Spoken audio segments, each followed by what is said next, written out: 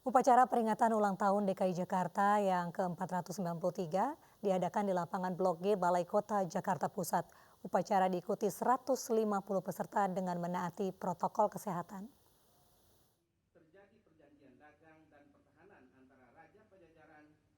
Upacara peringatan ulang tahun DKI Jakarta yang ke-493 diselenggarakan pada Senin pagi di lapangan Blok G Balai Kota DKI Jakarta.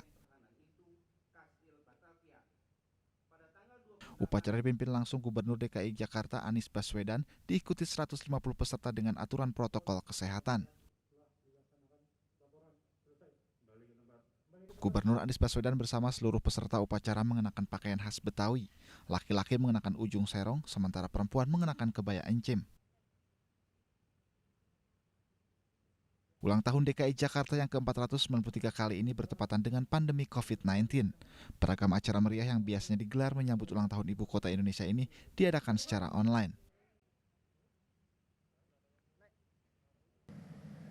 Ulang tahun Jakarta hari ini dirayakan dalam suasana berbeda. Jakarta, Indonesia, bahkan seluruh dunia tengah mengalami cobaan pandemi COVID-19.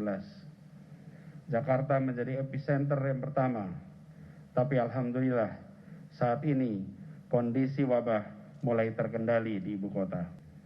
Kini kita menjadi generasi yang diberi tantangan melawan musuh yang tak terlihat, virus yang menular tanpa melihat latar belakang yang ditulari. Dan kini dengan izin Allah dan dengan secara bersama-sama kita akan kembali membuktikan bahwa Jakarta akan mampu melewati cobaan besar ini. Banyak harapan dituangkan bahwa Jakarta dan Indonesia bisa kembali bangkit setelah pandemi COVID-19. Harapan besar akan warga Jakarta menjadi masyarakat yang sehat dan tangguh untuk kedepannya. Dari Jakarta, Mahathir Muhammad, Aristiawan, Ade Ahmad, iNews melaporkan.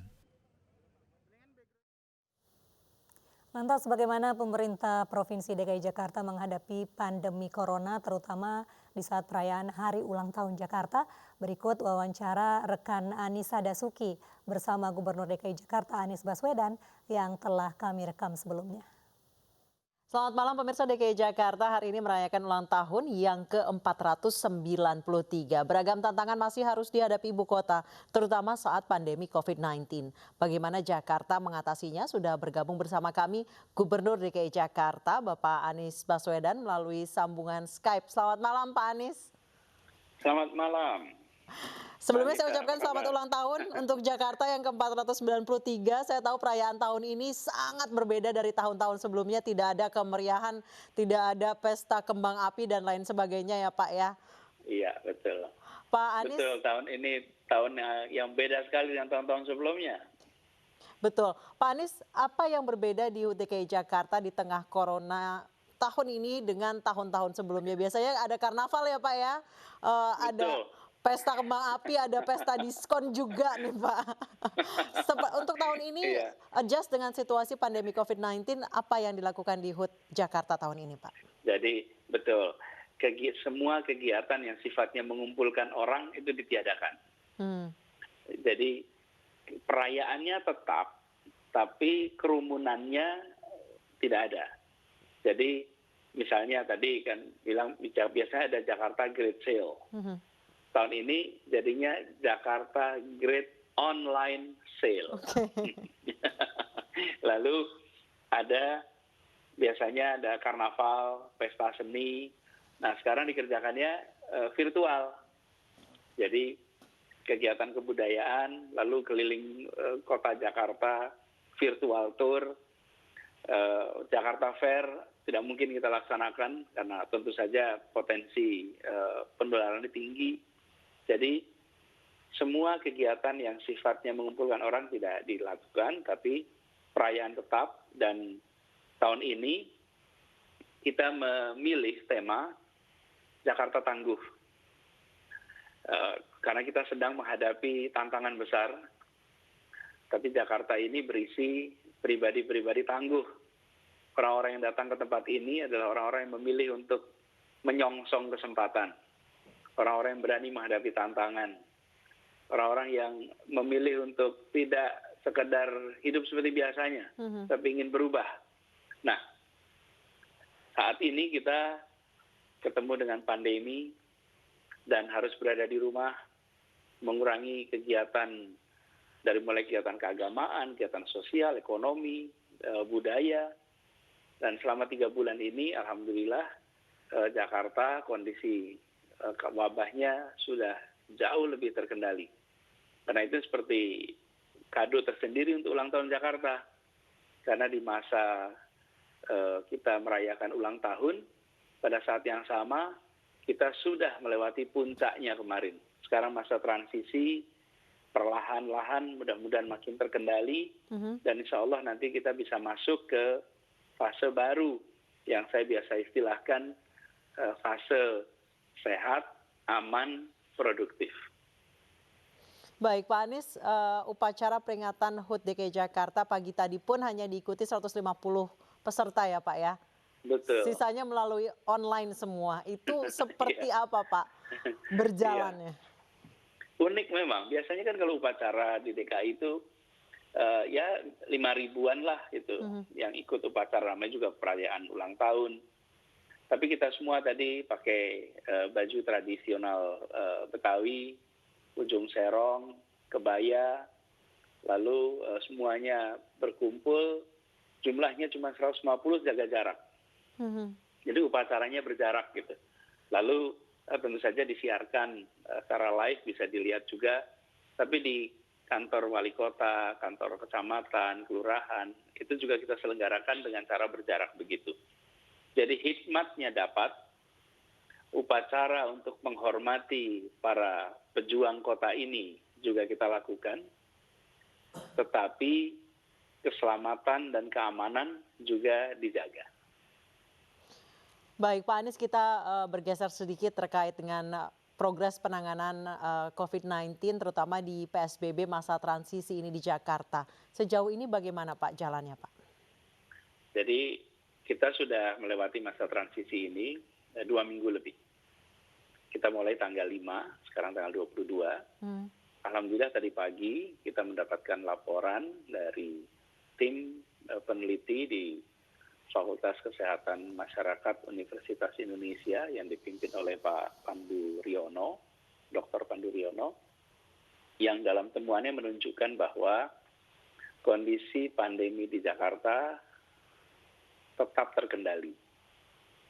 Dan itu ditunjukkan dari angka-angka yang kita lihat, misalnya ketika kita melakukan transisi, kita mengkhawatirkan dengan orang keluar rumah, maka terjadi interaksi, maka terjadi penularan. Ternyata temuan tadi menunjukkan tidak. Pada saat kita membuka, R-nya sudah di bawah 1, R itu artinya reproduction number, reproduction rate, itu 0,99. Sekarang 0,98. Memang masih kira-kira sama, tapi artinya tidak mengalami lonjakan. Lalu yang kedua, selama masa transisi ini kita meningkatkan kegiatan testing. Jadi ketika ketemu kasus positif, lalu dicek 2 minggu ke belakang apa saja kegiatannya dengan siapa saja. Lalu mereka-mereka yang tersambung didatangi dan dites, tes PCR otomatis, bukan rapid test, tes PCR. Nah, jadi kita meningkatkan kegiatan testing sampai 2 kali lipat lebih. Nah, dengan peningkatan kegiatan testing itu kita bisa mendeteksi lebih banyak lagi. Tapi meskipun begitu, positivity rate-nya yang diharuskan oleh WHO itu kalau kita melakukan transisi seperti ini, positivity rate harus di bawah 10%. Nah, di Jakarta ini selama 10 hari terakhir itu sekitar 5%. Bahkan hari ini angkanya 4,4%. Artinya terkendali. Apakah berarti Jakarta sudah aman? Belum. Apakah berarti kita tidak harus pakai masker lagi? Tidak, kita masih harus pakai masker terus. Saya ingin mengajak kepada semua saling mengingatkan. Tidak mungkin hanya pemerintah saja. Pemerintah punya aturan. Bila tidak pakai masker ada dendanya. Tetapi menegakkan aturan saja itu tentu baik. Tapi sebenarnya kepentingan utama kita itu bukan menegakkan aturannya saja. Kepentingan kita adalah menyelamatkan warga.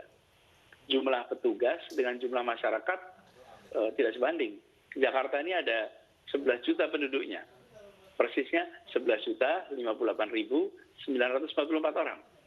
Nah, bila kita harus mengawasi semuanya, jelas mission impossible. Tetapi, bila sesama kita saling mengingatkan, saling mengawasi, demi keselamatan kita semua ya, bukan soal menegakkan aturan saja, maka insya Allah Jakarta bisa melewati masa ini lebih cepat lagi.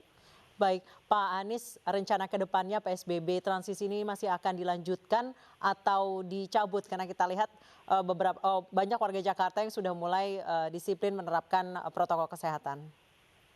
Jadi kita akan terus jalankan sampai akhir Juni, ini masa transisi kita, dan sesudah itu nanti kita akan review lagi apakah memang kondisinya sudah makin baik. Bila makin baik, maka kita akan masuk ke fase kedua. Fase kedua itu adalah mulai pembukaan lebih banyak lagi. Karena ada sektor-sektor yang sekarang belum boleh dimulai. Jadi masih dilarang berkegiatan, terutama kegiatan-kegiatan yang indoor, kegiatan-kegiatan yang punya potensi interaksi antar orang yang tinggi.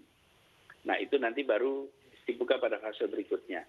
Jadi, dan termasuk juga sekolah, banyak yang bertanya kapan sekolah dibuka. Dan saya selalu sampaikan, saat ini kami belum berencana membuka sekolah.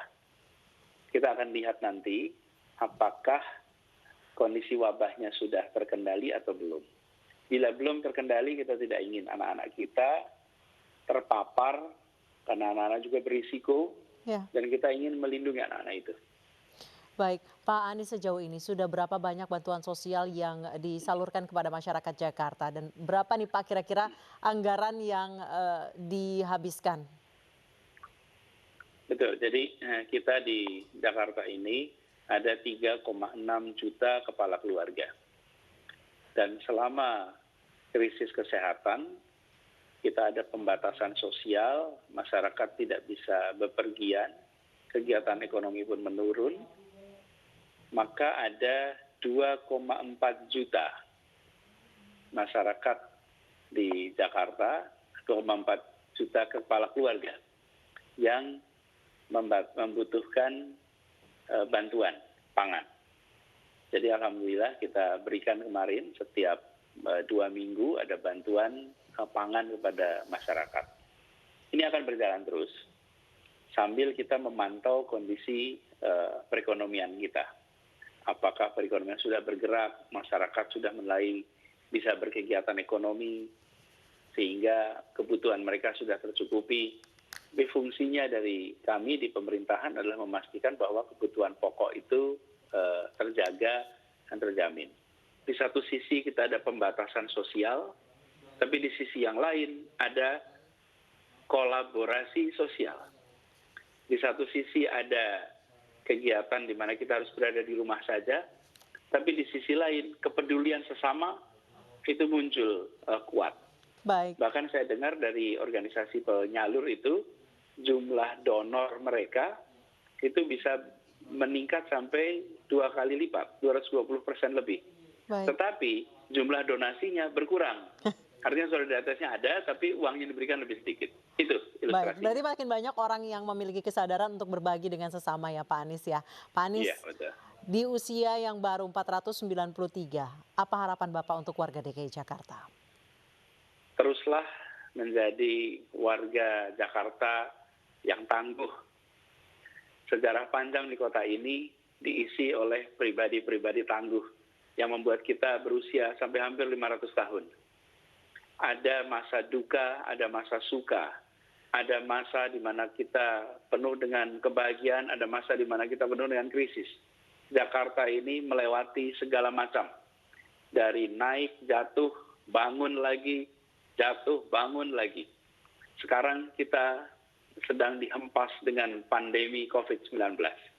Mari kita tunjukkan kepada generasi penerus kita nanti bahwa di tahun 2020 kita semua ditakdirkan untuk berhadapan dengan pandemi COVID.